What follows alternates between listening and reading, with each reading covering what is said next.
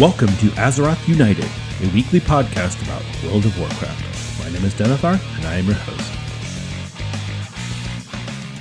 Welcome, everyone. Thank you so much for joining us. It's Saturday night in Azeroth, and we have a great show lined up for you.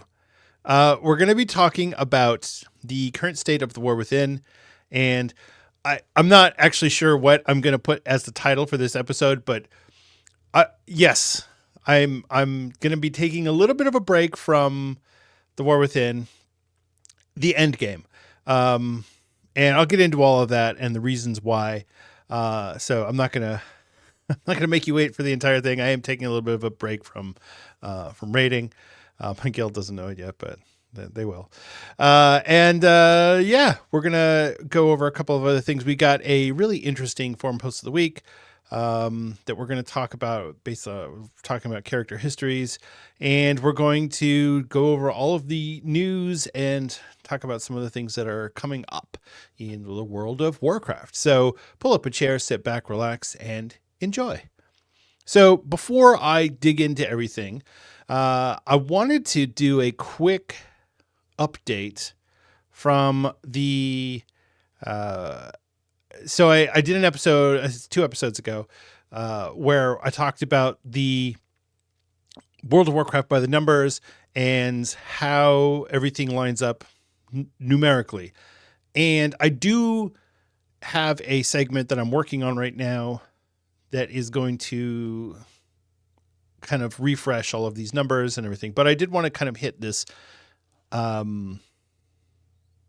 really quickly here. So I'm going to pull this up. This is the total number of Mythic Plus runs that have been done week 1 through 4 in the War Within Season 2. So if you look at the list, and you can't see it if you're listening to this, but I'll read it to you. Week 1, we had 2,043,034 total Mythic Plus runs across all regions. 2 million. Week 2, that dropped off a little bit to 1.78 million. And then week 3, that dropped off again to 1.73 million. Now, there's usually some drop off for Mythic Plus. That's pretty common. But what we have now is it's going back up a little bit. We are at 1.81 million or 1.82 million. And the timed percentage is going up, obviously, as players are getting better, they're getting better gear, things are going to be easier. So the reason I wanted to point this out is because I did mention this last week or 2 weeks ago when I went over all of the data. And I think that there sometimes is a little bit of a inclination to report data and doomsay it, like, oh, this is so bad and here's why. I don't think that's necessarily bad. Typically the Mythic Plus runs, the total number of Mythic Plus runs goes up and down throughout the season, trends downward, but it's not a continuous downslope. So we'll see where this goes, but it is very interesting to see that we are still getting pretty good numbers for Mythic Plus in the War Within Season 2. Season 2s are rough because people are burnt out from the expansion. They're tired of doing the world quests. They're tired of the dungeon pool, all of the reasons why. Blizzard has been trying to make it a little fresher. They started with this with Dragonflight by introducing half the dungeon pool as Mythic Plus and then the other half for Season 2, things like that. But regardless, we're going to keep track of this. We're going to keep an eye on these numbers. I'm very interested in the overall health of the game. I was going to say concerned, but I'm not concerned. I'm interested in the overall health of World of Warcraft. So, right. Okay. Let's get on with the forum post of the week. So this week's forum post actually comes from the Azeroth United Discord server. If you want to join the Discord server, you can get on there by going to our link tree, which is linktr.ee/Azeroth United. It'll have a link to the Discord and a bunch of other stuff, but go ahead and join the Discord and get in on the conversation. This week's forum post of the week comes from Stuglife. Stuglife is a longtime member of the Discord server, a longtime listener, and a longtime Patreon member. He's a really good guy. He asked a really interesting question. And I didn't have an answer for it. I got my rogue to 32 this week. Leveling via questing is so now optimal, but I'm playing my rogue for fun, not trying to do anything wild with him. He's a holdover from like 2006 or something. Is there a way to look and see when a character was made? A very innocuous question. He's just talking about his rogue that he made back in Vanilla WoW. That's a really tough question because there's no answer for it. No specific answer that we can look up. So it went back and forth, and so there's two answers that you can look at: the level 10 achievement for post Wrath of the Lich King or Wrath of the Lich King and beyond characters. So generally speaking, when you get to level 10, it's going to be the same day that you created the character. Generally speaking, not always. Sometimes you make a bank alt, you get to level 6, you get to Razor Hill, you get to Goldshire, and you log off. And then you come back a week later. Yeah, okay. So it's not entirely accurate. But apparently you can ask Blizzard. If you make a ticket, they will respond. I guess. I don't know how many times if you were like, hey, I've got 200 or I've got 65 whatever characters. I want to know when they were all created. So this got me thinking. What is our character's history? And I don't mean what's your lore, because that's a different topic. And that's a topic I'll get into on another day, the lore of my characters, because I have some rich lore for my characters. But what is the lore for your character, what is the history for your character going back to the creation of the game? When did you create your WoW account? When did you create your first character? Do you still have your first character? Did you make a character and then delete it? Did you say, you know what, screw this, I can't play a dwarf, troll, whatever it was, I'm going to play something else? Okay, that's fine. And for people who made their first character in Vanilla or the Burning Crusade, there were no achievements. There was nothing. We have no record, except for the fact that your character was there and your own brain, that you remember things, that the character even existed back then. So as I mentioned a couple weeks ago, I'm a very big data person. I love data. I love looking at data, analyzing it, coming up with all sorts of conclusions based on the data. I love just having it and being able to look at it. I make charts, I make spreadsheets, I do all sorts of things. I literally have a Microsoft Access database with all of my characters listed out in it. So the one thing that I don't have is when my characters were created. I created this character on this date. Well, I didn't do that because I didn't think of it at the time. But what I do have that's pretty close to that is I have spreadsheets from certain times, certain days that have a list of all my characters and what level they were on that day. So I can use that as kind of a clue to figure out when a character was created. Now, I know I started playing WoW around April of 2005. Which would be 20 years ago now. So I don't know what day I played first. I made my first character. I do know, and this is a kind of interesting thing, the first account that I created, I actually gave to my wife. So I created the account and she made a character on it because she was playing. Because there was no... I'm going to have multiple accounts at the time. It was all very new. And I didn't know if she was going to continue playing, but she did. She kept playing and she started leveling up. She made her first druid. And so I basically just said, okay, well, you can have this account. I'll make a new one for myself and I'll start over because that's what husbands do. We just sacrifice everything. No, but I gave her the account. So I created a new one. So my first WoW account isn't even mine. It's my wife's. Don't tell Blizzard. Oh, this has all these stories for that. But I got the new account. I created a character, and I believe, and I can't say this with certainty, but I believe that very first character that I created on the new account was the character that I still have today. It's not the same character anymore. That character has been through 3 different servers and went through a name change at some point along the way. So this character is no longer the original character. It's it's a different deal. But it still exists. The character still exists. I still have Rockdalar and Lockdalar on this hunter. I don't have a lot of things from Vanilla WoW because in very early Burning Crusade, my account was hacked and everything was deleted. And back then, Blizzard didn't do a really good job of backing up all of their data, and so I didn't really get anything back from that, unfortunately. But I have enough information I can piece together from old spreadsheets. I used to take screenshots of my characters. If you remember the old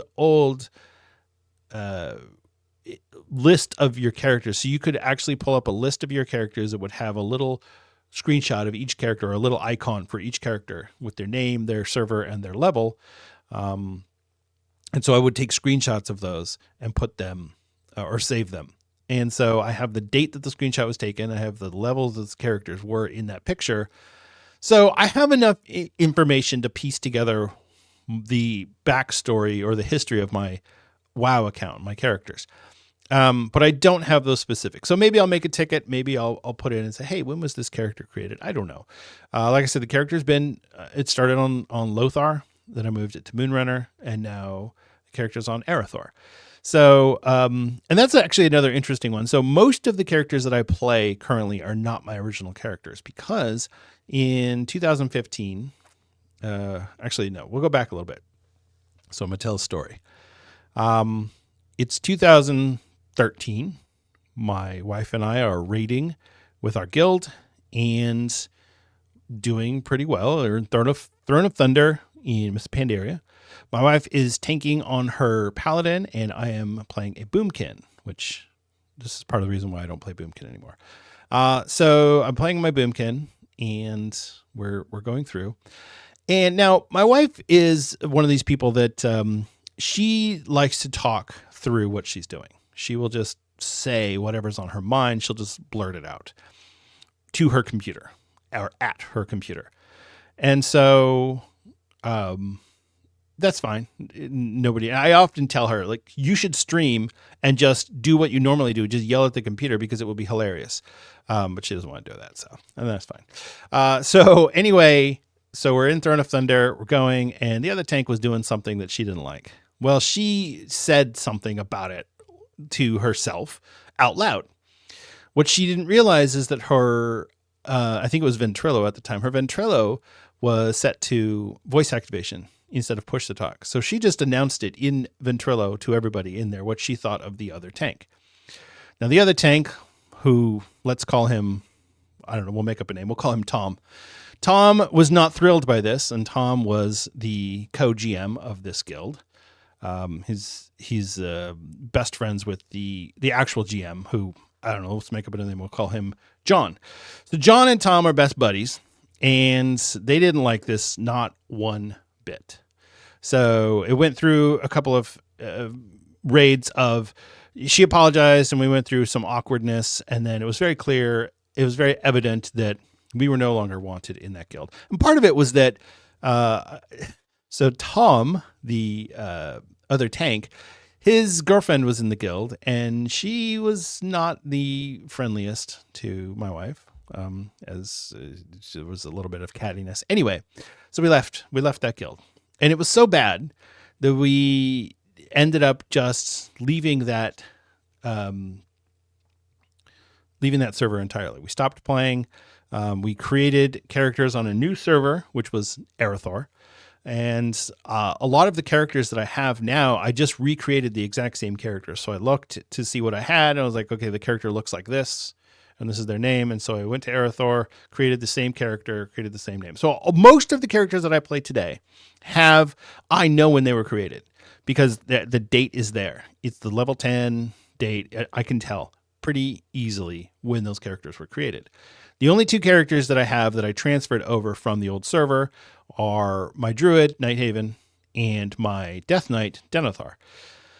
I actually made a Denethar on the new server, and tried to play him for a while, but I just couldn't. It was too awkward. I was like, no, this is not the real Denethar.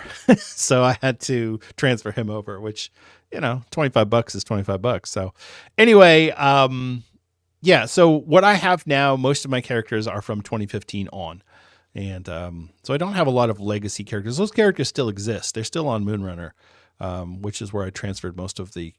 I transferred 4 characters off of Lothar. I've paid Blizzard a ton of money over the years between subscriptions, expansions, transfers. I actually was going through my email and I forgot that I had bought my wife the Celestial Steed, the Sparkle Pony, the very first store mount. I forgot I bought that for her. So that's on there. I've spent a lot of money on this game, a lot of money.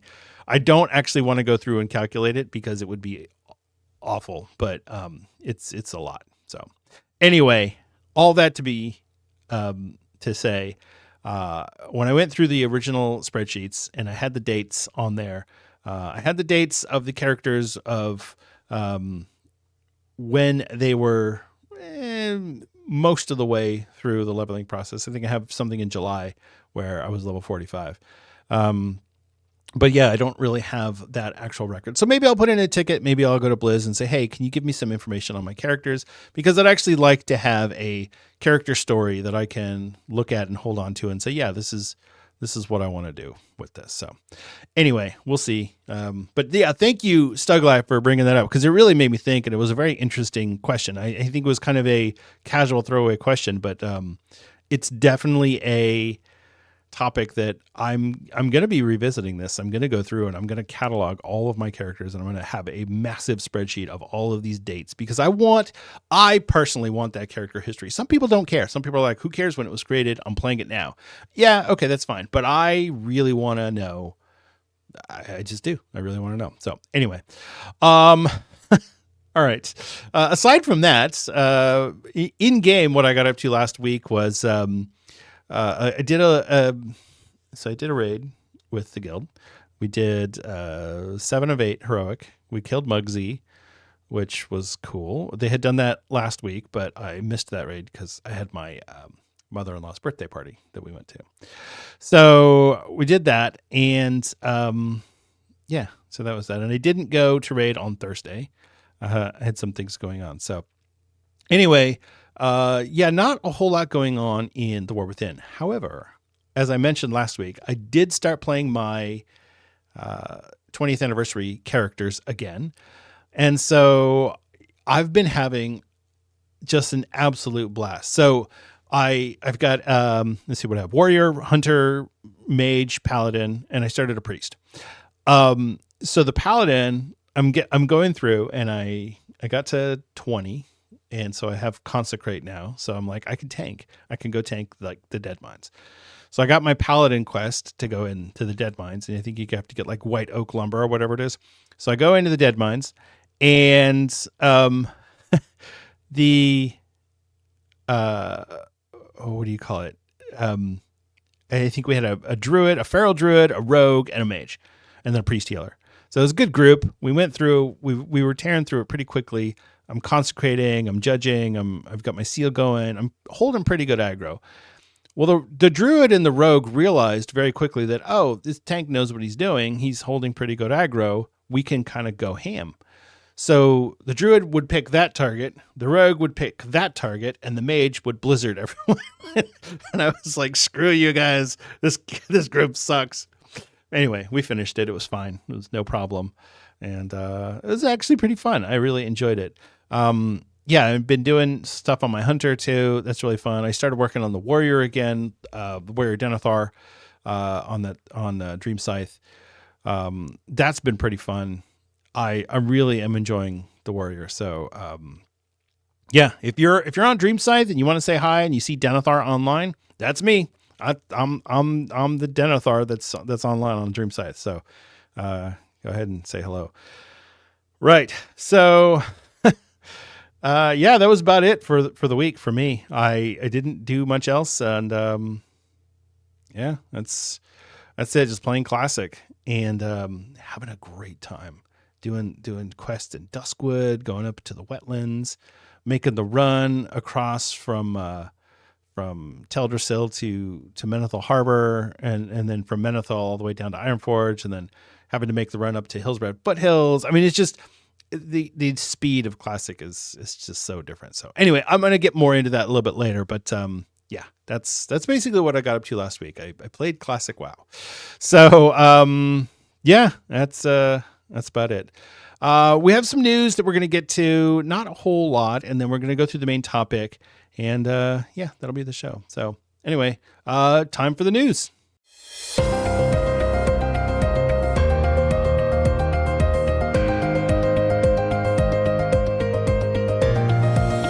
It's time for the news. In Blizzard news, so like I said, not a ton of news to go through, but I did have a couple of things that I wanted to mention really quickly.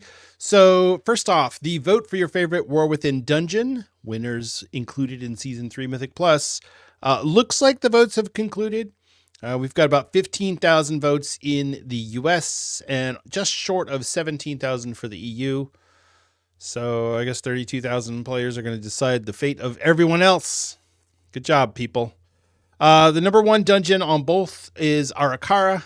I guess everyone wants the Sack Brood trinket. Arakara's fine. It's not too bad. I guess it gets the last boss is kind of a pain, but anyway. Number 2 in the US was Dawnbreaker at 18%. Number 3 was Priory. Number 4, Floodgate, and number 5, Cinderbrew Meadery. And then in the EU, number 2 was Operation Floodgate.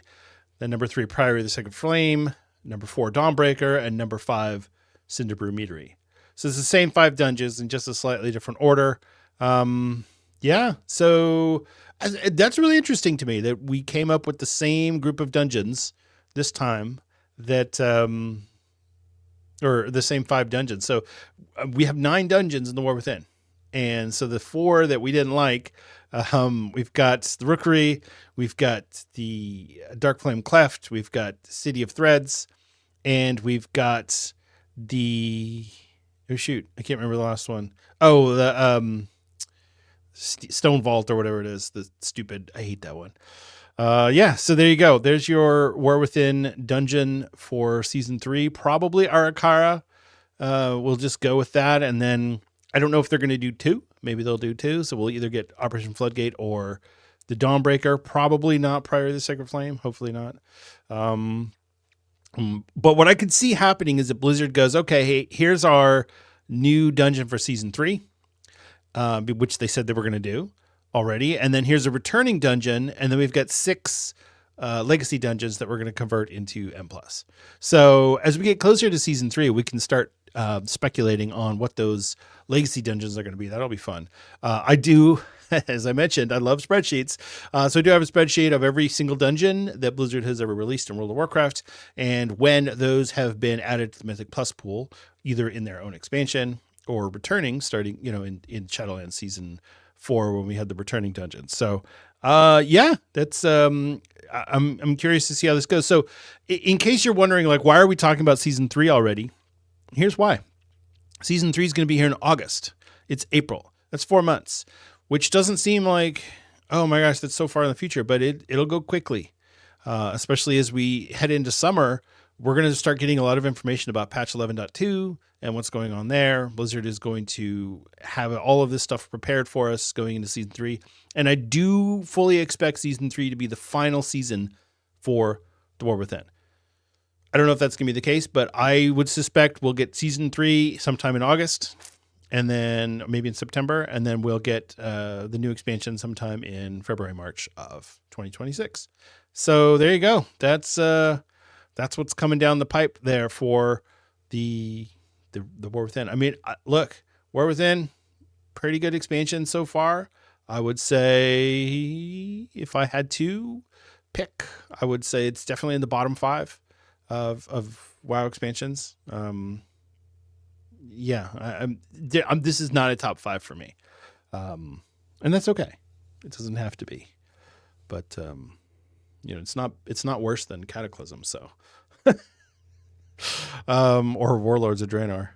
Every expansion has its pluses and its minuses, and we'll do so I've got 2 things coming up about the worst of because everybody always does the best of lists. I want to do the worst of list, worst expansions, and a couple other things I've got planned out. So anyway, all right. On the 20th anniversary servers, rejoice, players. The Black Lotus spawn rate has been increased, supposedly. Linksy posted, "Greetings, adventurers. We are looking into a solution that should make Black Lotus more accessible on the anniversary realms. We'll provide an update once we have more information. Thank you for your continued feedback." Yes, it is ridiculous how expensive the flasks are on the anniversary servers. So, and we'll get into that a little bit more here in a little bit. But yeah, that's the big news. The Arena World Championship is ongoing. I don't have an update for it just because, honestly, in the group play or the cup play, it's kind of tough to talk about because, it really will ramp up once we get to the finals. So just expect that in a couple weeks. Actually, so we're going to go through all the cup play, and then we'll do the MDI, and then we'll have the arena finals, and then we'll have the MDI finals. So that'll all be coming up soon. Like I said, it's for WoW Esports, Arena World Championships, and MDI are the two biggest ones. Those are the ones Blizzard promote the most and put the most work into. Great Push gets some promotion, but it's more of a novelty, I think, at this point. I like the Great Push better, but Blizzard seems to be focused on MDI and Arena World Championship. So, and then obviously the Race to World First is not a Blizzard esport. It is a community-driven event. So, yeah, there you go. All right. In the War Within, this is Season 2, Week 6. The Mythic Plus affix is for the week. The +4 affix is Xal'atath's Bargain Ascendant.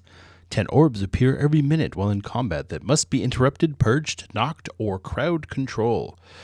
Yeah, this one's fun. Most classes have some AoE abilities that they can use to, like I've got Chaos Nova that I can use to just blast a bunch of them on my Demon Hunter.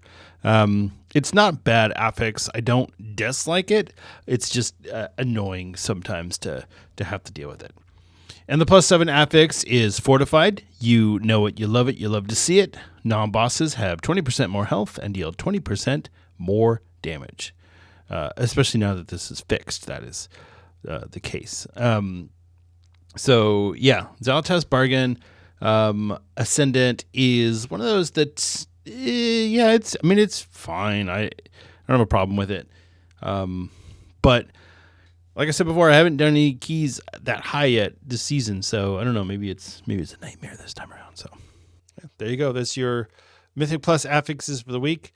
Again, with the spreadsheets, I have a spreadsheet listing out all the different affixes for each week, and all of that information. And it's really interesting to look at how simplified everything has become since I started doing Mythic Plus, which was in Shadowlands.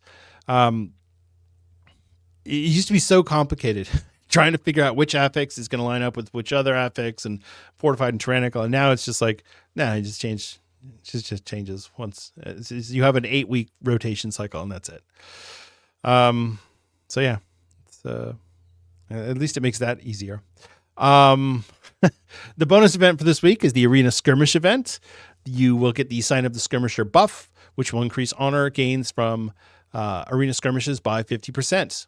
And you also can pick up the quest The Arena Calls from Archivist for Thrune in Dornogal to win 10 arena skirmish battles, and you will be rewarded with conquest and honor. So check that out if you like doing your arena skirmishes. I personally don't. I do not have fun with arena. But if you do, that's pretty cool.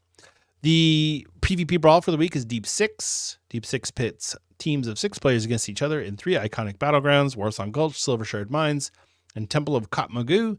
Each battleground offers a little variation of the traditional format, such as flags are closer in Warsong Gulch, less carts to keep track of in Silver Shard Mines, and only 2 orbs within the Temple of Katmagu. When you zone in, you'll get the quest Something Different to win a PvP brawl, and you'll be rewarded with Conquest Honor and Marks of Honor. And finally, the Dark Moon Fair is in town. It will be in town until April 12th. Meet Silas Darkmoon and his troupe. Play games that test mind and nerve, and behold the exotic sights from the 4 corners of Azeroth and beyond. Whatever. Just go get your XP buff. As somebody pointed out, I think it was on a YouTube comment, that pointed out that the reputation buff actually helps level up Bran because he's technically a reputation. So if you go get your Dark Moon buff and you ride the roller coaster or the merry-go-round, and if you get a hat also that will extend the buff, you can level up Bran faster. So that's pretty cool. A little bit of info there. I did not know that. And the Dark Moon Fair is great. Make sure you go get your profession quest done because it's a really good way to get extra knowledge points or skill points if you haven't maxed out a particular profession yet. So there you go. Dark Moon Fair is in town. Right. So there's really not a whole bunch of news going on right now. There's some changes that they're making to the 11.1.5 PTR. I'm not touching that yet. Probably next week or the week after, we'll do an episode on patch 11, 2 weeks from now. We'll do an episode on patch 11.1.5. We'll talk about the horrific visions, the new world event where you have to fight the bosses, a couple of other things. We'll go through all that, but that will be in a couple of weeks that we will discuss it. I'm letting the PTR kind of simmer for right now because they're just making changes to it. So, and then there were some hot fixes to the Mythic Plus dungeons going in. Blizzard is continually trying to make the Mythic Plus dungeons easier. They're really trying to increase the participation in there. And I get it. I do. But at the same time, why'd you make it so hard to begin with? So, but at least they're trying. At least they're trying to fix it and make it more accessible. So, one other thing that I wanted to mention here on the news segment is if you are familiar with Platinum WoW, he's a great YouTuber. He does a lot of good WoW videos. They're funny, they're entertaining, they're informative. You should definitely check out his channel. He did a really interesting documentary video on the legacy and history of WoW Machinima, which is something I'm very fascinated with. I'm very interested in. As a WoW fan, something that I've been paying attention to for a long time, honestly. I even did a video on my YouTube channel about the my top 10 World of Warcraft themed music videos. So I would, if you want to check that out, go for it. But he did a really good job detailing all of the histories of the WoW Machinima, why it's suddenly gone away, and that there are people who are keeping the legacy alive. I'll let you watch the video. It's long. It's like 50 minutes long, but it's really good. If you have any interest in WoW Machinima at all, whether it's just telling stories like the illegal Danish or anything along those lines, or anything music video themed, any of that stuff. He does a whole segment on Blood Elf rap. I mean, there's some really good, it's some really good content. So definitely check that out. It's Platinum WoW. He has some of my favorite WoW YouTube videos of all time. So I'll put the link to his video in the show notes, and I'll put the link to my video as well. If you haven't checked that out, I had fun making it. It's something that WoW music videos were something that was very near and dear to my heart. I used to listen to them with the kids. I actually would download the songs from different artists like Cranius and Greyfu and different ones, and play those back for the kids in the car when we were going to school or I was taking them to school. So the kids love them. I love them. It's something very special to me that WoW Machinimas and music videos. So check out those videos if you are interested in that. That'd be pretty cool. But yeah, Platinum WoW, great YouTuber. He did a great job on this one. So yeah, check that out. All right, that's it for the news. Let's move on to the main topic of the week. It's time for the main topic of the week.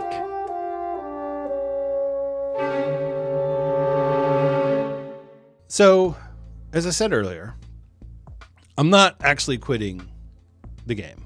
I'm not quitting the War Within. I'm not going to stop playing retail WoW. I love World of Warcraft in all of its iterations. Even Cataclysm Classic is fun. But I definitely have had a different perspective put upon myself in the last few weeks. So I started the War Within, and I was determined. Going into it, I said, I'm going to raid. This is the expansion. I'm going to get back into raiding. I'm going to raid. I'm going to get AOTC. I'm going to be all in on the raid. I started season 1 with my Death Knight, and I tanked, and I had a great time, but the guild was not as structurally sound, shall we say, as I had hoped for, and so some cracks started to emerge, and things fell apart very quickly. We still managed to get AOTC, but it didn't last very long. So I left that guild towards the end of season 1 and started looking for a new guild. I found a new guild, and this guild has nice people, and they're very jokey and friendly. This is the type of guild that does gambling in between boss pulls, right? If you kind of get where I'm going from that. It's very chill and very friendly, and everyone's having a good time. They're also very serious about progression.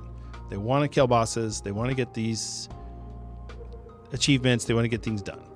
So, and that's fine. I'm here for it. I'm serious too. I'm a serious raider. The problem that I ran into, and I think a lot of people have been running into this, is that when you raid in World of Warcraft, it's no longer just a matter of, hey, I'm going to show up for raid and go do raid. You have other things that you need to do. And so you can do delves, and delves can get you pretty good gear and get you a good chunk of the way to where you need to go for everything that you need to do in World of Warcraft. But there's been a couple of things that Blizzard has changed over the last few seasons, I guess we'll say, that have made it much more difficult for casual people like me to participate in Heroic Raid. They're trying to make harder endgame content more, I don't want to say more exclusive, because it's not exclusive, but you definitely have to, there's a challenge that you have to increase to get to that point. So I'll explain what I'm talking about here. So last week I mentioned that we did Liberation of Undermine. We killed 7 out of 8 bosses on Heroic, and I went in there and I played my little heart out on my Demon Hunter. It did the best that I could. There were some mechanics that I didn't know on the 2 bosses that I hadn't done last week, but it was okay. I did well. We killed the bosses. We got it. I was consistently among the bottom of the DPS. Consistently. Some fights I struggled to keep ahead of the warrior tank. I'm on a Havoc Demon Hunter. I should be able to tear through everything. So I looked at the item levels that everybody is playing with in the raid, and I'm one of the lowest. At one point I was one of the highest, because I was really going hard on some of the delves and doing Mythic Plus and just really getting stuff going. That's no longer the case. I think I'm 653 right now. We have people that are in the 660s and above. And the reason that to me this is a problem is not that, oh, I can't do that content. I can do that content. I don't want to. I don't want to do +10s. I don't have a desire for that. I've done higher level Mythic Plus back in Dragonflight, and I didn't enjoy it. It's too stressful. You make a mistake, your group wipes. You've got to know all the stops. You've got to know all the interrupts. You've got to know all the mechanics by heart. If you make one mistake, it's over. I don't like that. That's not the gameplay that I'm interested in. I used to love Mythic Plus, and I loved Mythic Plus because you could get into the system at a low level and participate and have fun without feeling like you couldn't make a mistake. And now that they've changed Mythic Plus and the way that it works, you can no longer do that. Now you have to be perfect from the beginning. Even on a +2. You go into a 2 and you make mistakes and you're going to struggle. Because a 2 is an old 12 or 11, depending on how you look at it. And so gone are the days of, let me just run a 3 or a 4 and have a good time casually. No. Mythic Plus is no longer for casual players. Mythic Plus is for end game focused players. And I don't want to say hardcore, because it's not really for hardcore players either, unless you're going up above 10 or 12. But it is definitely for more serious players than that seriousness that I'm either unable or unwilling to put into the game at this point in time. There was a point in time where I could have done it, where I could have said, I'm going to devote hours to this. I'm going to sit and I'm going to run Mythic Plus over and over and over again. I'm going to spam the dungeon that I need. I'm going to really hit this hard. That's not where I am today. It's not the place in life where I am. And I think that in a lot of ways, I look at World of Warcraft and I think, has the game passed me by? Am I past my prime?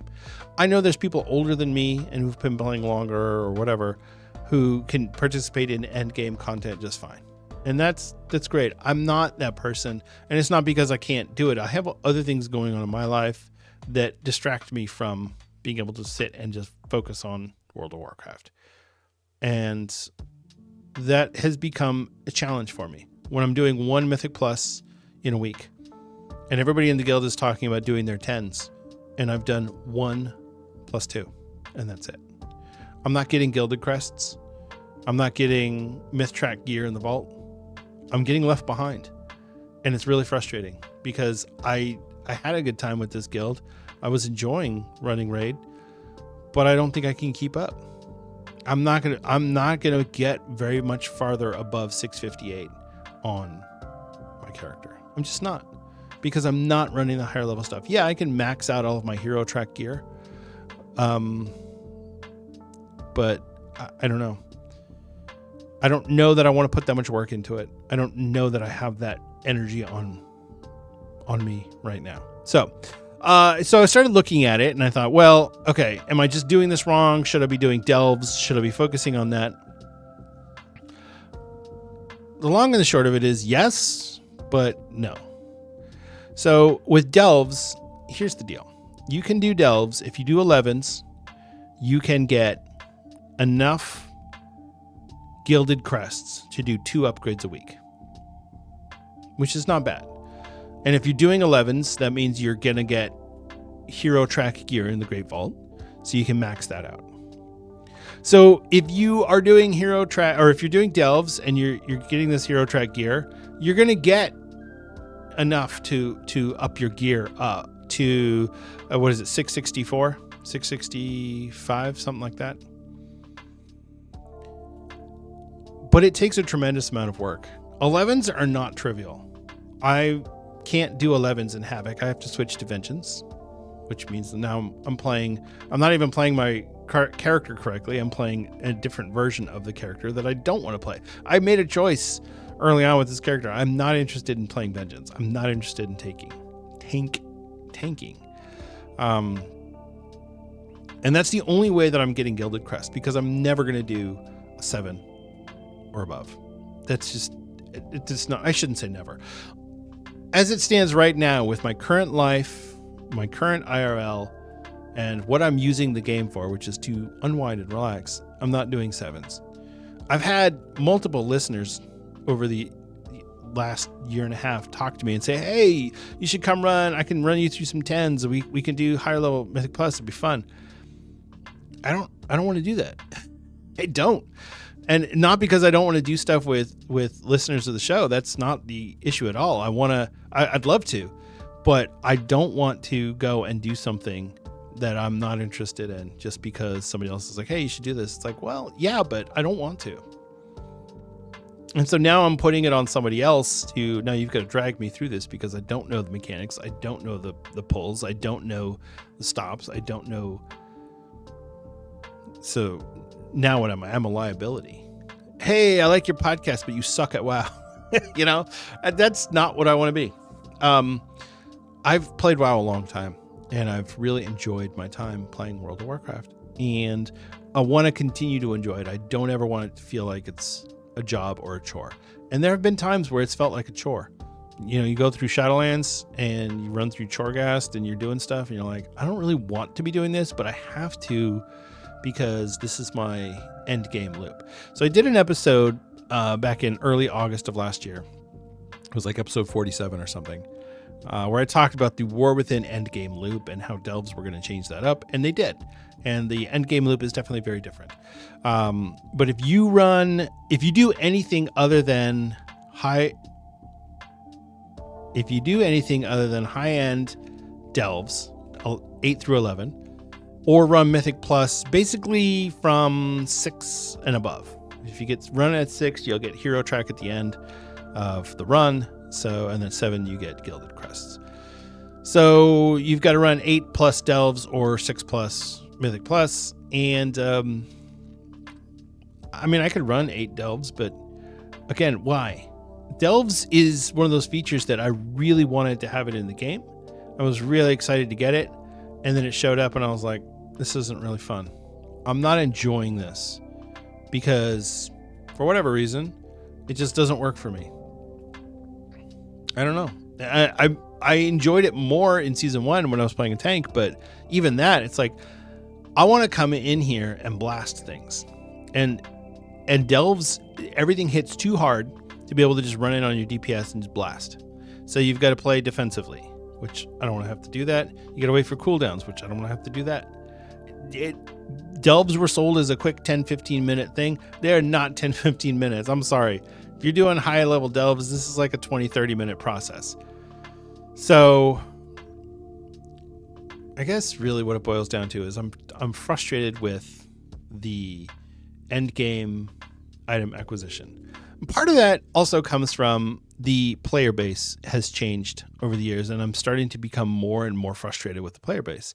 Not that I don't like WoW players, but the idea of min-maxing everything in the game. Oh, well, you've got to make sure you get your crest for the week. Okay, yeah, I get it. You're trying to upgrade your gear, and so you got to get your crest for the week. I don't always want to have to get my crest for the week. I don't always want to have to run my 8s or my 11s or my whatevers, run my 10 Mythic Plus. I don't want to have to do that every time. I want to be able to just show up and play the game. But you can't do that anymore because the player base won't accept it. Running Mythic Plus is no fun because the people who run it are so obsessed with this perfect run, the perfect path, the perfect pulls, the perfect skips. I saw a thing on Reddit, and it was somebody posted talking about how much they hate skips in Mythic Plus. Not the fact that people do skips, but that everyone's so insistent on doing them, and then invariably somebody pulls an extra group, or somebody doesn't know the skip, or you ask a tank to do it and then they can get mad and leave. I mean, there's so many things that are frustrating to me about the way that people run Mythic Plus nowadays. And a lot of it comes from the fact that there is no low level Mythic Plus that you can just get into and kind of learn the ropes on how to do Mythic Plus anymore. It's gone. And so when you start off on a 2, it's immediately hard. There's no ramp up, and I've said this before and I will continue to beat this drum. Blizzard does not get it. They don't understand why it is that this is a problem. Fine, but it 100% is a problem that there is no more ramp for Mythic Plus. It is a huge problem. You've got to give players the ability to get in and figure out what to do. Right now, they don't have that. They don't have anything. They just have to jump in at a harder difficulty and hope that they can figure it out on the fly. Or alternately, you're expecting players to go through and watch 100 videos on how to run this Mythic Plus, which I think is bad design. If players have to go watch a YouTuber explain how to do a dungeon, that's bad design. It should be clear and identifiable in the dungeon what you're supposed to do. And as you go up Mythic Plus, make it harder and harder, that's fine. But you should be able to identify, oh, I need to do this in this dungeon. And that's not happening. You just get lines everywhere, and you're like, well, what am I supposed to do? How am I supposed to beat this boss? It's not clear. And yeah, I know part of that is learning and experimenting, but that's my whole point. You can't do that in Mythic Plus. You go into a Mythic Plus and there's a wipe and people start to get nervous, they bounce. They leave the group because they don't want a failed run on their Raider IO. So, and this is not just a War Within problem, right? This is a Classic problem too. Players go into Classic and they're min-maxing their world buffs and they're min-maxing their flasks. They spend so much time worrying about world buffs and flasks. They spend more time doing that than they're actually doing actually raiding. So yeah, it's a different game. So the end game loop is going to be a little bit different, but you're still doing the same thing. You're just farming instead of getting crests. but you because vanilla WoW, especially vanilla, is all about preparation. It's not about the execution. Yeah, you have to do the mechanics and you have to hit your buttons correctly, but if you have your preparation in place, then vanilla raiding is generally pretty easy. You've got your flasks, you've got your consumables, you've got your potions, all these things. Yeah, it makes it pretty easy. So yeah, vanilla's not immune to players min-maxing, but it's so much more apparent in the War Within. In the beginning of Dragonflight, we did not have the upgrade system. And so you would go into Mythic Plus and whatever you would run, this is what you would get. And yeah, it's not like that anymore. You have this super convoluted and complicated upgrade system, which I think is great for the game overall, but it creates problems when you are trying to get into these higher end content. And don't even get me started on the Warcraft logs add-on that shows your parses in your tooltip. No, I'm sorry, Blizzard, please, you can't let this go. That you have to do something about this. It's just going to get more and more toxic as time goes on, because players have now figured out a new way to gatekeep, figured out a new way to be rude to other players. I should have talked about that in the news segment. I couldn't, even with that add-on. If you haven't seen it yet, I'll talk about it here real quick. It's an add-on that gets data from Warcraft logs, and it shows your best parses for a raid boss. So if somebody's trying to invite you to a pug raid, they can look and see, oh, well, here's your parses for this raid. They don't have to actually go to Warcraft logs. They can just look in the tooltip. It's awful. I hate it. Anyway, so yeah, like I said, it's really frustrating to me right now to feel like I'm behind in my group. And I could tell they were frustrated with my performance, and I made a mistake doing one of the mechanics of Muggsy, and somebody called me out on it, and I get it. That's fine. But I'm trying, and I'm going to make mistakes, but it's a lot worse when you are making a mistake mechanically and your DPS sucks. And that's where I am. And I don't want to be at that point. I don't want to be there. They did 20 or 30 something pulls on Gallywix on Thursday, and I wasn't there. And I'm like, I'm glad I wasn't there, because I would have made it worse, because now you're dragging through somebody who can't carry their own weight, and that's not fair to the rest of the team. So I'll have to talk to guild management and let them know, like, hey, I'm not going to be able to raid anymore. I can't do it. So I don't know. Maybe I'll just tell them, hey, if you want to know why, you can watch the newest episode of Azeroth United, available now. No, I'm not going to do that. So I need to. I needed to do a little bit of soul searching, and I need to do a little bit of thinking, and I think for me this is helpful to be able to just talk about it. This is something that I've been wanting to address for a long time, is player burnout, and that's where I feel right now. So if you've gone through this before, if you've had player burnout, talk to me about it, because this is something that it's important that we don't let that ruin our enjoyment of the game. And I know I'm sounding like a school guidance counselor now, but honestly, the truth is people burn out, and we shouldn't. We're playing a video game. Come on.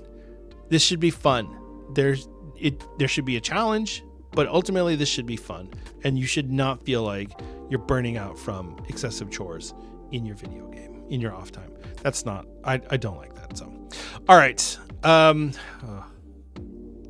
That's it for that topic. I know this isn't particularly newsworthy or anything, but for me, it was something that I wanted to get off my chest, and I needed to kind of have a little bit of a monologue and explain why I went from somebody who wasn't doing a bunch of endgame raiding to suddenly I'm all focused on endgame raiding and Mythic Plus, and yeah, I'm pulling that back, and I'm going to focus on just relaxing and having fun, playing Classic, doing some easy stuff in the War Within, maybe running some delves at my leisure, when I feel like it, not because I feel like I have to.